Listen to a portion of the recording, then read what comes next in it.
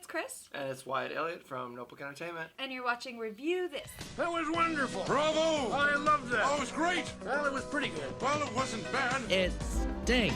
Today we're talking about X from A24, written and directed by Ty West. Mm-hmm. Our cast, it was an amazing cast. They did really well. Yeah. The cast, Maxine and Pearl, were both played by Mia Goth, who I'm in love with her now. Which, when you're watching the movie, I had no idea that she was playing both parts. Yeah, it's you know. We'll talk about the makeup later, Yeah. but she disappeared under it. Mm-hmm. Good or bad, she disappeared under it, and you couldn't tell it was her. Yeah. Exactly. Did explain Pearl's obsession with Maxine, though. No, right. I guess it kind of did.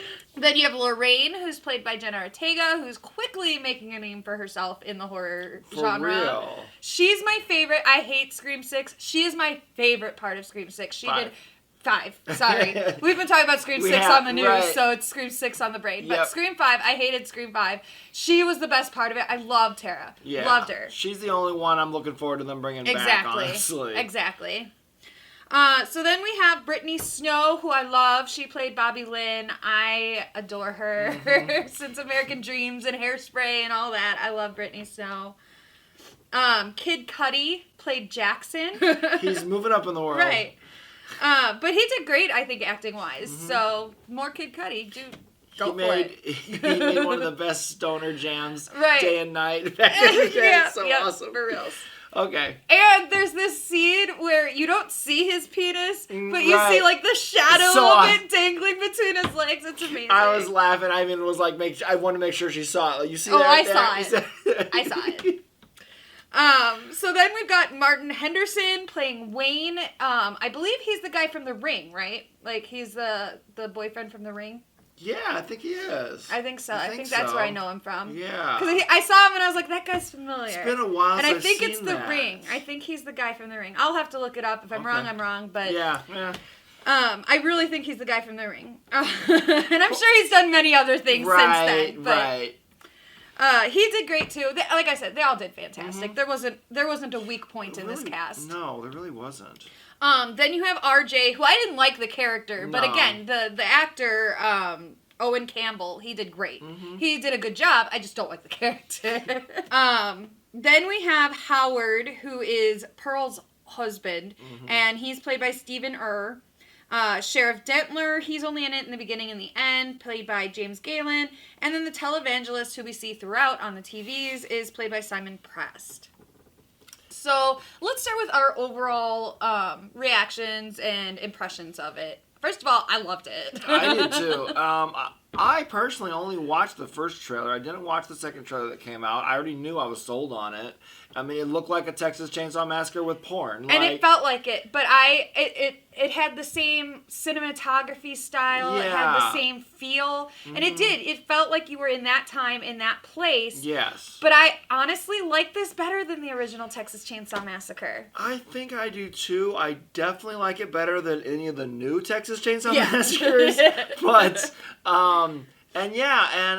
I guess we'll get to it later, but like the fact that now I realize that this could become a franchise, I definitely see, because that's the only thing I thought that it lacked was it was an interesting killer, but like a really good killer. Right. But seeing the ending though makes me think, okay, that is a good killer. Like, and we'll definitely get into the end credit scene. And for those of you who saw the movie and maybe didn't know, there is an end credit scene. So either go see it again or check online, because I'm sure it'll get posted at some point. Right. But you have to see this end credit scene. Yeah. We in our theater, everyone else left, so we were the only ones there. And I had looked it up beforehand, but let's face it, Marvel trained us to stay to the end of the credits. Every movie we see now, if she hasn't looked at it previously, she's in the theater as the credits are rolling. Like, is there credits? Yep. Yes, no, we can get out here. Yep. But this one said it had one. And I had to go to Reddit to find that out. Like, they weren't posting that there was one.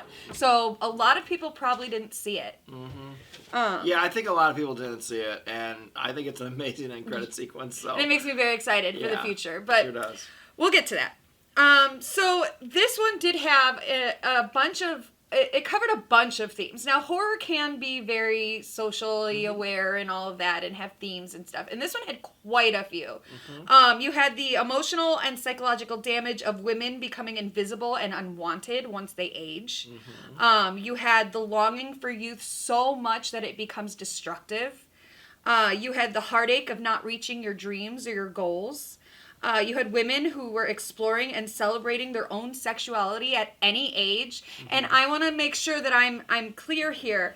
When I'm talking about celebrating sexuality for someone like Pearl, I'm talking about the consensual scene she has between her and her husband. Right. Because no matter your age or gender, rape is never okay. Right. Ever.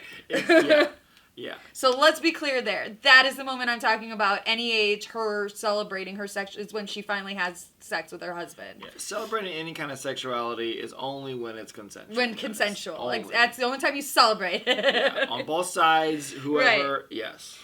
Then you've got the theme of porn versus art and when it becomes exploitative. And then you have judging people based on either their youth or their age. Yeah. So there's a lot of really big kind of heavy themes that are covered here, and I think covered well. Yeah, like, and another thing too is some people, I want to point out that it's an A24 horror movie and they have a reputation of being slow. This one, I wasn't bored in it at all. I tried watching The Witch and I never actually could get through it. So I didn't know what to expect, but this one definitely feels like a Texas Chainsaw or like a slasher, like, you know. Yep. But it's an elevated one. Yeah, you and the thing is, this one starts, well, we'll get into that with plot, but it starts giving you the kills right away, and then it goes back and you have to see how we got here. Yeah. And they will, because I'll be like, wait a minute, that body wasn't there in the beginning, and then it'll get moved, and I'll be like, oh, okay, that's where it was found in the beginning. But they do take their time setting up, I guess I want to say that, but they do so well with the characters and stuff that it's never a boring, and it's porn, guys, so how boring is it? Yeah, so if there's no blood on the screen, you're getting boobies. Right, exactly. Lots and boobies. And it's always fascinating for me, anyways, to watch indie film get produced. That's kind of how we were looking at it. Is we weren't looking at it, oh, they're making porn. We're like, wow, look at all that film. Like, yeah, it felt like, we were watching people making indie film. Is for what we were sure, watching. and we did relate to it, especially when the guy's like, no, this is art. I want to make a tasteful porn movie. I want to make this art film. He's doing these excellent shots and everything. And I told amazing shots. Right, and I told her, I was like, well, it's like on our other channel, you know. There's some crude humor in there, but we want it to be creative. Yeah, I'll do it artistically. I'll do it as long as we're not it's just funny. gonna put someone on the toilet. We're gonna make it look good too. Right. And it's gonna have some substance. So that was our overall impression. We liked it. Lots of themes. They did well with it. I don't think they really fumbled too much with anything they were trying to portray. There was also the theme of religious entrapment, basically, and escaping religious fanaticism, and how that can kind of push people maybe the other way completely into sin because so. And also, I think that they touched a little bit on that judgmental of being in a porn movie and stuff, and how that in the adult industry, and how that reflects on people and stuff. You know? Even the director, when his girlfriend was like, I want to do it, you know, he had a different opinion on it then, you know? It's like... So, that's our overall impression. We really liked it. We definitely recommend it. So now we're going to get into plot, what we liked, what we didn't like, and all of this is going to be very spoilery. Yeah. So, spoiler alert. We're going to tell you everything. All right, so our basic plot, you have... 4 people who work in the adult entertainment industry are going on a trip with an aspiring filmmaker and his girlfriend who is playing sound. So that's Maxine, Lorraine, Bobby Lynn, and Jackson. Maxine, Bobby Lynn, Jackson, and Wayne. Those are our 4 adult entertainment people. They come from, I think Wayne owns like a stripper joint or something, and the girls work there. And so that's how they all know each other. Then you have RJ, who is our aspiring filmmaker. He's got this really cool old camera, and he's convinced his kind of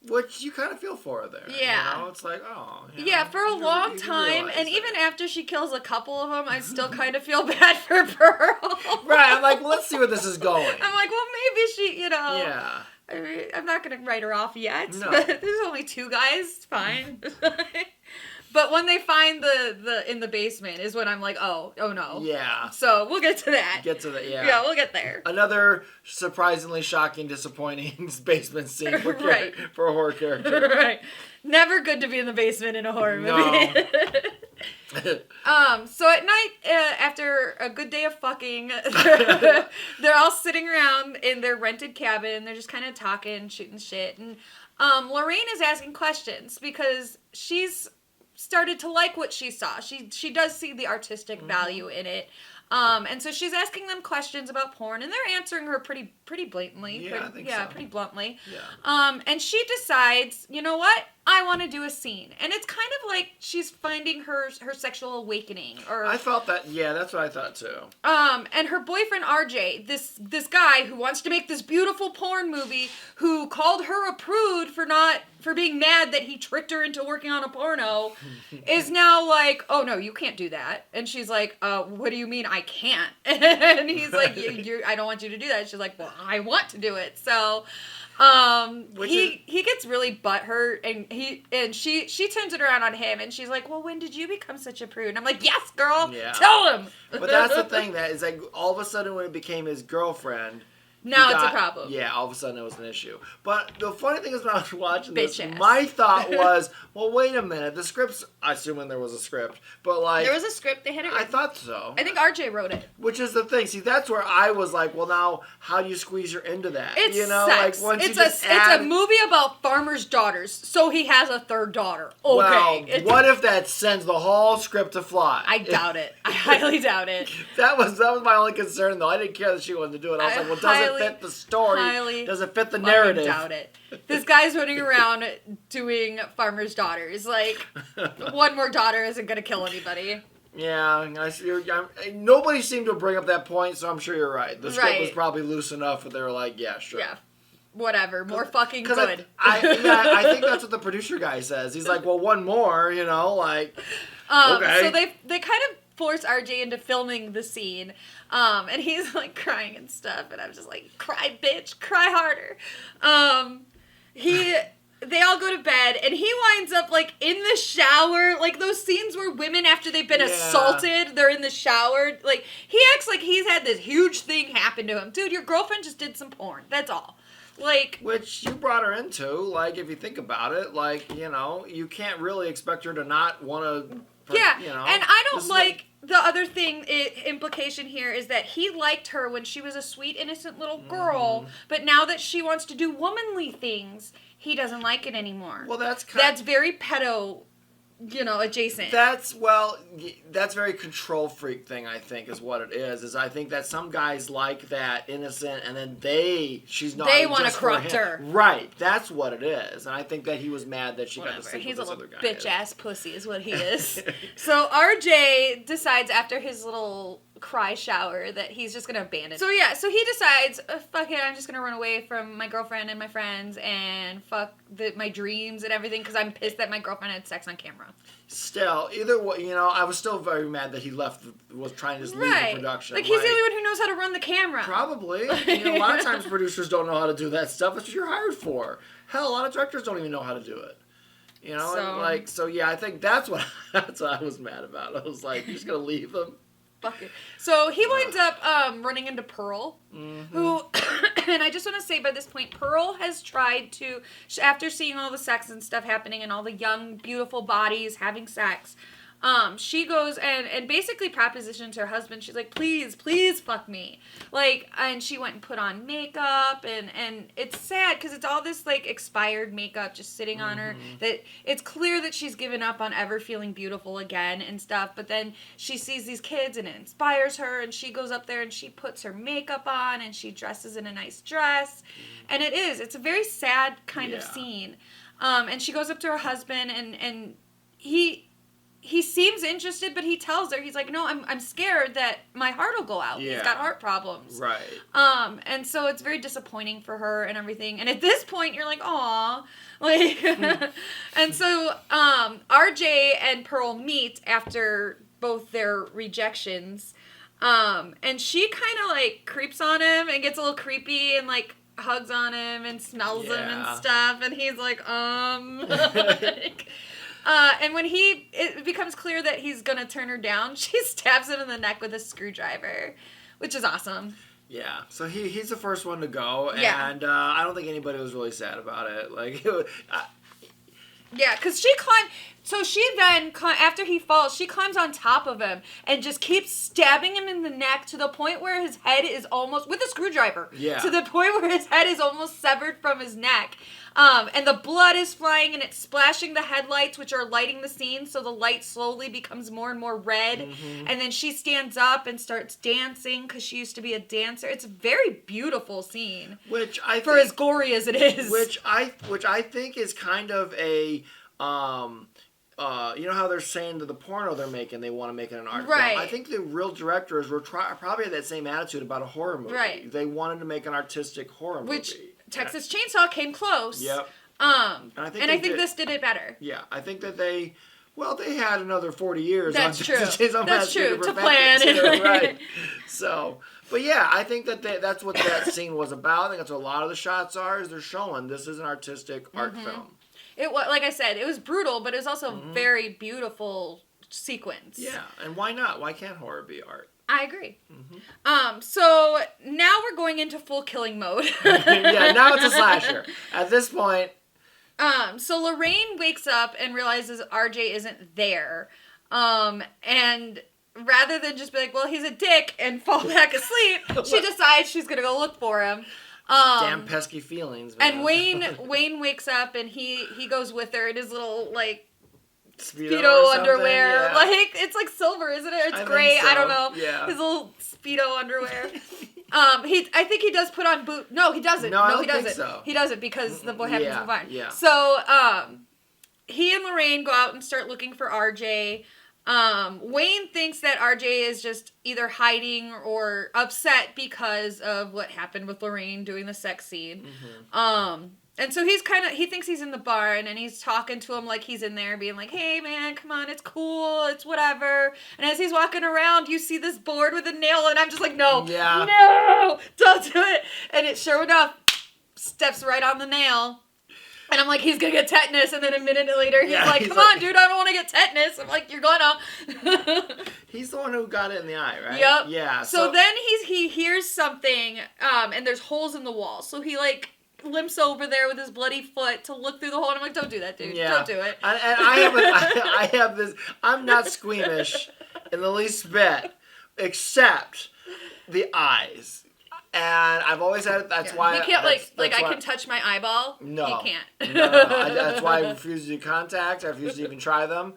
I don't like eye drops or that stuff. I had an infection as a kid once in my eye. It was the worst thing ever. Think that episode of Friends where they have to, like, tackle her to hold her down and, like, squirt the that drop. was me. That's him. That's me. You know, if Joey and Chandler walked in right now, we could make a fortune.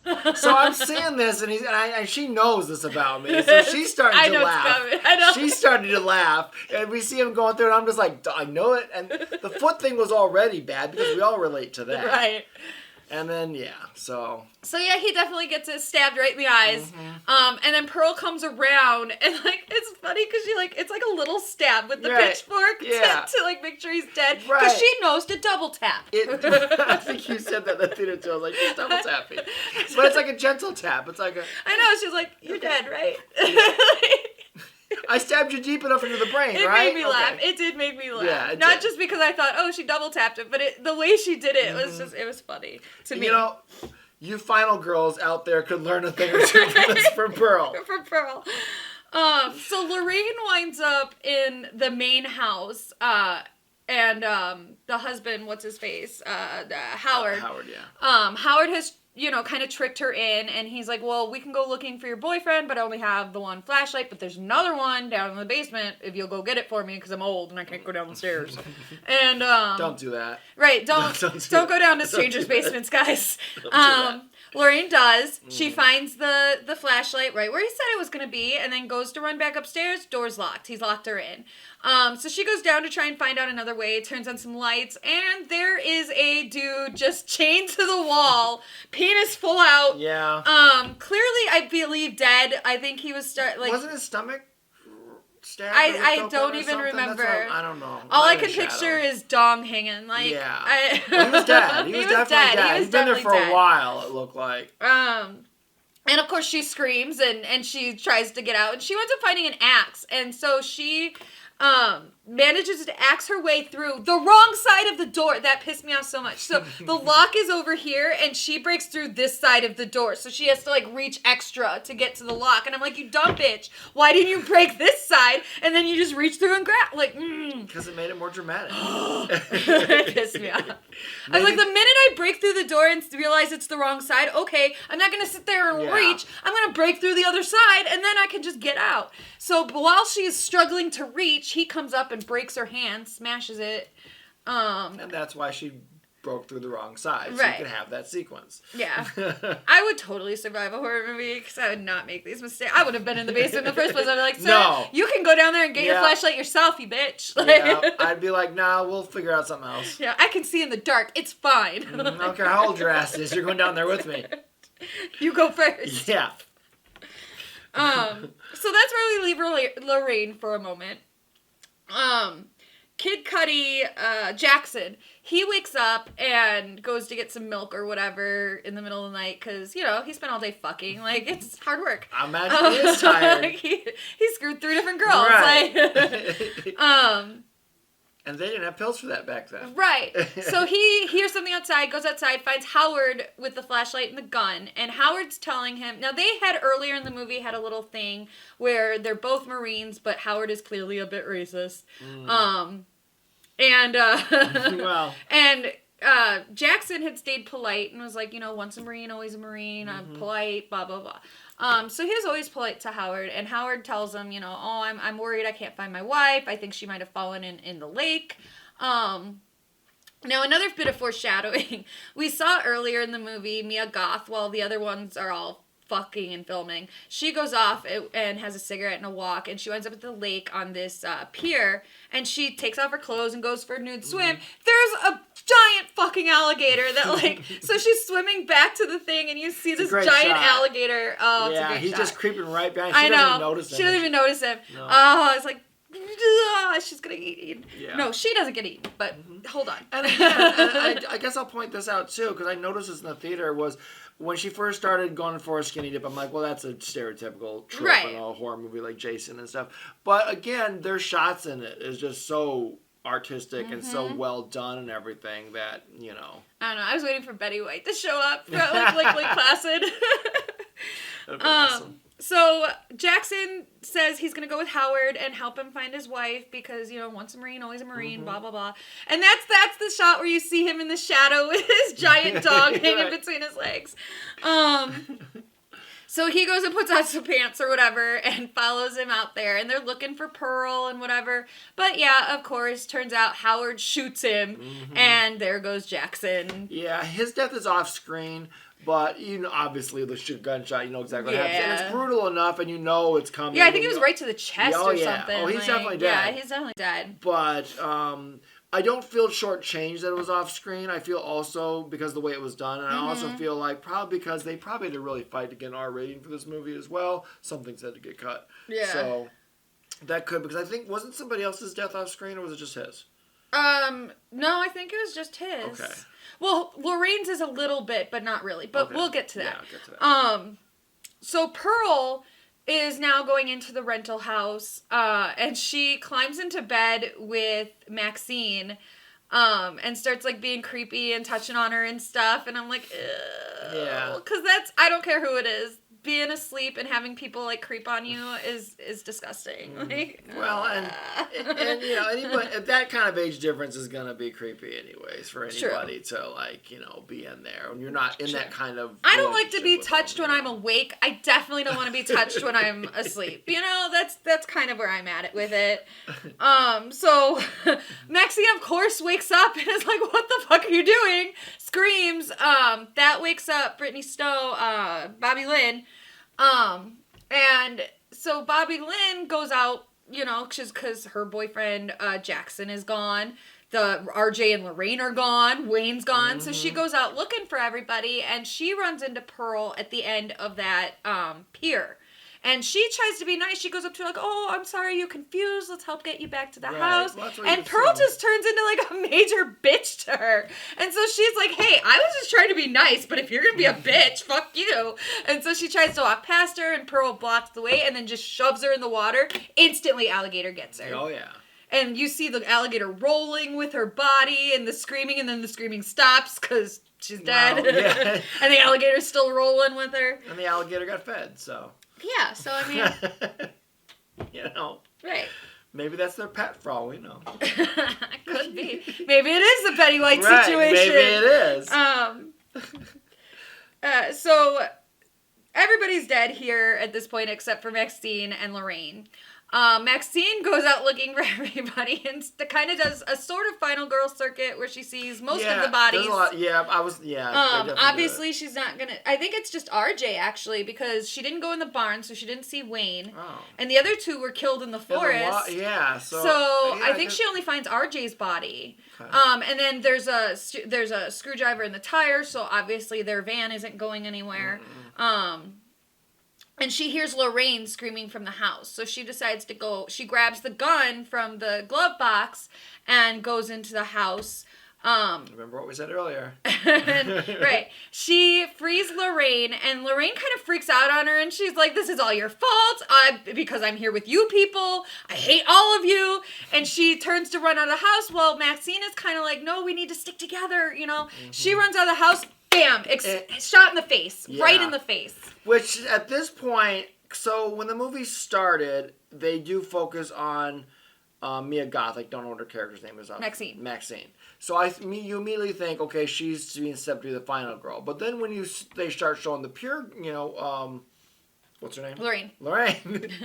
Help line.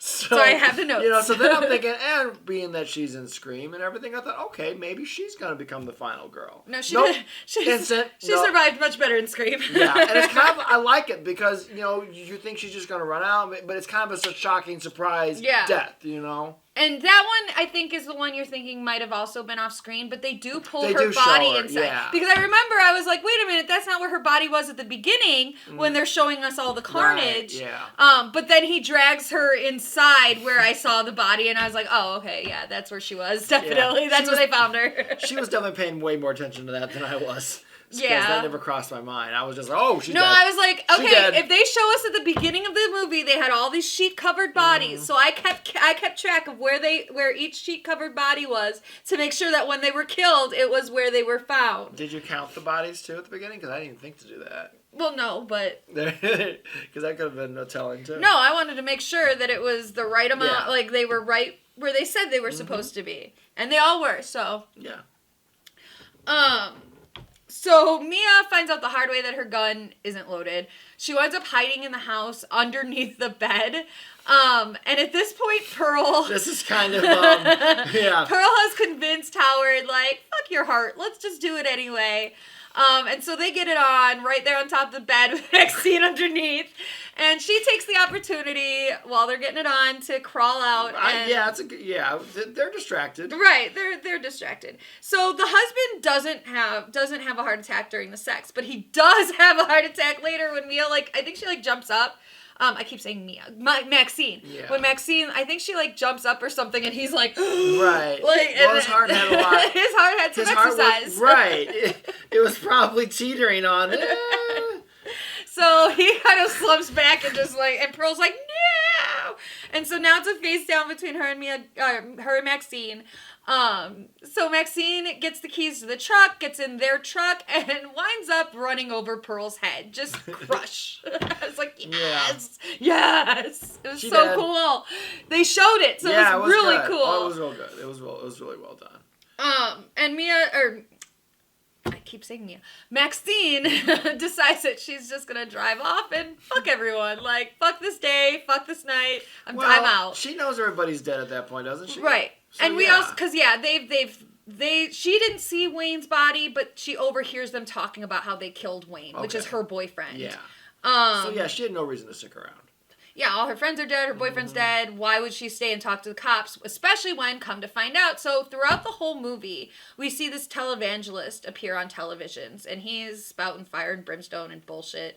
And the very last scene, as we're back with the cops investigating in the house, the TV's on, and we're watching the TV, and come to find out that Maxine is the daughter of this televangelist, and she had run away from home, and he was asking everybody to pray for her, that she didn't go down the wrong path, and blah, blah, blah, blah, blah. Yeah. So that's another reason for her to probably not want to stick around and talk to the cops, is that she's a runaway. Yeah. And right, exactly. And but I can see why she ran away. Yeah. Though, you know, like, I mean, there's I don't judge her nothing for wrong that. with being religious, but these televangelists, like, I don't know. It's a whole other level. The way that they portray him, something. Especially in the things that he's saying, he's very cultish. He's very, you know, you can tell strict. He's very strict. So yeah, and that's generally what happens when you're raised around that. Yeah. So. Yeah, if you want to, religious, you can, be religious, that's fine, but it's when it's fanatically religious that it's scary. And your religion's affecting other people. Yeah. So. Yeah. Anyway, so that's basically the plot of the movie. Let's talk about what we liked about it before we get into this end credit scene, because that the end credit scene kind of leads to the future of the franchise. Which I had no idea. I thought this was a one-off. Right. So before we talk about the future, let's talk about this movie and talking about this movie. So what I liked was definitely the cinematography and the characters, especially Maxine and Pearl. It looks like they actually filmed this on film. I don't, really know for sure. I don't know if they did, but it looked. Obviously, you can fake that nowadays. But it looks, like I said, it looks like you're watching the Texas Chainsaw Massacre. You know, like how the remake tried to make it look that grittiness. Right. It looks like an authentic one. This was way better, yeah. Oh, and I want to say this. I love, in the very first shot, they show it like a square. Yeah. And you think that, because it's an art film, because it's this, it's going to be, it takes place in the 70s, the whole movie's going to be in 4:3. And then they zoom through, it's shot through a barn door. And it zooms through and the whole thing goes in, it's like, oh, that is cool. That's the kind of stuff I'm talking about with the cinematography. Yeah. Like, they had some really, really inventive shots. Mm-hmm. Very cool. It was a beautiful film. And the thing that marks it from Texas Chainsaw, I think, most is that I like all of the characters here. Yeah. Whereas Texas Chainsaw, I was just kind of rooting for everyone to die. Except for Sally. I did like Sally, but like her brother in the wheelchair, I think he should have died faster. Like, he is so annoying to me. I can't stand that guy. I don't know if I liked all the characters. I would say that they were all well produced. They were all well I didn't like RJ. Developed characters. I think RJ's the only one I didn't like. Yeah, but even then, I liked the fact that he was different than the other guys too, and it affected him, douchey or not, and it affected him and stuff. Yeah, and that's what I mean. The characters were all good, whether you liked them or didn't like them. Good characters. Yeah. All fully developed, I feel like. You could tell where these people were and where they would have gone if they hadn't been killed. And where they had been, you know, because you can tell by some of their attitudes and everything, or some of the stuff that they've, that they were used to and they've done before. So these are very well-rounded characters, not one-dimensional at all. No. It definitely, like I said, A24 has a reputation for making artsy, quality horror movies, and this one is right up there. So I think this is my favorite A24, honestly. Oh, for sure. Because we like slashers, like I like the I don't mind either psychological or these demonic cult ones or whatever that they do. I like them. Yeah, I do. They're fine, but slashers are my thing. So I think that's what elevates this one for me. Yeah, because this one feels like a slasher and a thriller all at the same time. Mm-hmm.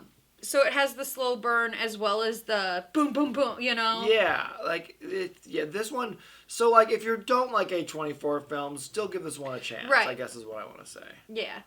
So let's go into what we didn't like. And there's not much to say here, because the only thing I really, when I was thinking about it, didn't like was the old age makeup. I think they could have done a little better on that. And I think it's because we both knew as you're watching this, these aren't really old people. Right. Like, they felt like they were young people in the makeup. They were playing old. Well, they did it well. Because you still felt bad for her. Uh-huh. You still felt sympathetic. Yep. You still realized that he was really... When he said, oh, my heart's going to make it, I'm like, yeah, I don't know if it would. Right. Dude, valid. Right. It's a valid concern. But the makeup does remind me of... What Chainsaw Massacre... One of the Texas Chainsaw Massacres, the old person makeup was not very good. The old grandpa guy. It reminds me kind of that. And maybe it's on purpose, too, to give it that 70s feel. So I think the thing for me is, like... It's disappointing because you've seen how far they've come in digitally de-aging people. And I'm not just picking on this movie here, but aging people in general never really works. And I feel like if they've got it to the point where we're watching Civil War and Robert Downey Jr. looks just like how we remember him looking at age 21, you know? Yeah, Marvel's perfected. And I understand A24 doesn't have Marvel money, but maybe some digital over the makeup or something to give it more of a realism, because I think we've come to the point in special effects now where digital and practical used together can actually create a good product. Oh, yeah. And it's not like we haven't seen good aged makeup before in other movies and productions. So, but like you said, budget might have had something to do with it. I mean, don't get me wrong. It's not like it's horrible. No, and it's not distracting. No, but you know that they're not real old people. But I had to pick something I didn't like about the movie, and that's really the only thing I have to bitch about. Me too. I had to really nitpick too, and that's what we're doing. We're nitpicking at this point because I really liked it. I liked the ending. I liked how it started. I liked the build up. I liked the characters. I liked the gore. They gave us some good gore in it. The effects on were great. Great makeup. The tension is good. The pacing is good. Everything. Everything. I love this movie. I love the really title. did. It's so simple. Right. X, you know? Yep. All right, let's talk about this end credit scene. So let's get into this end credit scene. So we're, again, the only ones who stayed in our theater. Everybody else had left. And it turns out it's like a trailer. It's a trailer for what could be. Yeah. So, because we were wondering, we're like, how can they make this a franchise? Like, we could do a sequel where Maxine, but then it's not really the same. Turns out they've already thought about it. They're going to do a prequel. And I hope they call it Pearl, because that's what the trailer was called. But it does. It shows Mia Goth as young Pearl back in the day, and how pretty she is, and her dancing, and she lives on this farm, and then kind of how maybe she's always been a little off. So I would love to watch that. Yeah. I never thought at all that could be where they could go with this, but they really sold me on this, and now I'm really, guys, you got to go see X so we get a sequel. Yeah, see X, stay to the end, watch it, and then tweet at A24 that we want a Pearl movie, because I want a Pearl movie. and maybe it's already in production, or maybe it was just a tease, and they're like, let's see what happens, you know. But I want it. But I'm glad to see they have a plan, because that was cool, and that's when I realized that she would Mia Goth was Pearl. The whole movie I had no idea. Well, I saw it when they were doing the credits, because I was like, yeah. Maybe I did. Maybe we did see it there at that point. Because I think we were talking about it. Okay, at that point, I guess we were waiting for the credits to end. But during the movie, I didn't. Yeah, no, it wasn't until the end credits scene. I didn't realize it either. But yeah, she did great. The battery's dying, so let's just wrap it up real quick and see if we can do it before it dies. All right, ready? Yep. All right. So I think that's our thoughts on X. We liked it a lot, if you can't tell. I think this is a modern masterpiece for horror. Please go see it. You know, and like, I mean, it's got nudity, it's got gore, it's got good acting, it's got good cinematography. Everything you want in a good horror movie. Exactly, without being super cheesy. So Right. I recommend it a lot. So please let us know what you thought of the movie in the comments. And what you think of a Pearl prequel movie, Yeah. because I'm down. and let us know, did you see the end credit scene or did you walk out of the movie and, oh no! Oh. You're like, end credit scene! What? But don't let that stop you from liking and subscribing on this channel just because we stayed. And ring the bell so you get notified of all of our videos. And all of our content and future reviews. And, all right, guys. Well, I think I've said enough about this great movie, so I'm going to shut up now. All right. Have a good night. Good fight. Bye.